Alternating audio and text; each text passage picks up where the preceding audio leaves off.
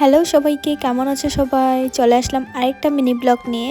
আজকে হচ্ছে কি পিকনিক খাবো। এই যে দেখো, পিকনিক তো খাওয়ার মতলব ছিল না, এই যে বাচ্চারা এসে বায়না করছে যে পিকনিক খেতে হবে, তো ওদের দাদুকে জড়িয়ে ধরে, মানে অনেক কিছু। তারপর বলল বাড়ির সামনেই একটু পিকনিক করবে ছোট করে।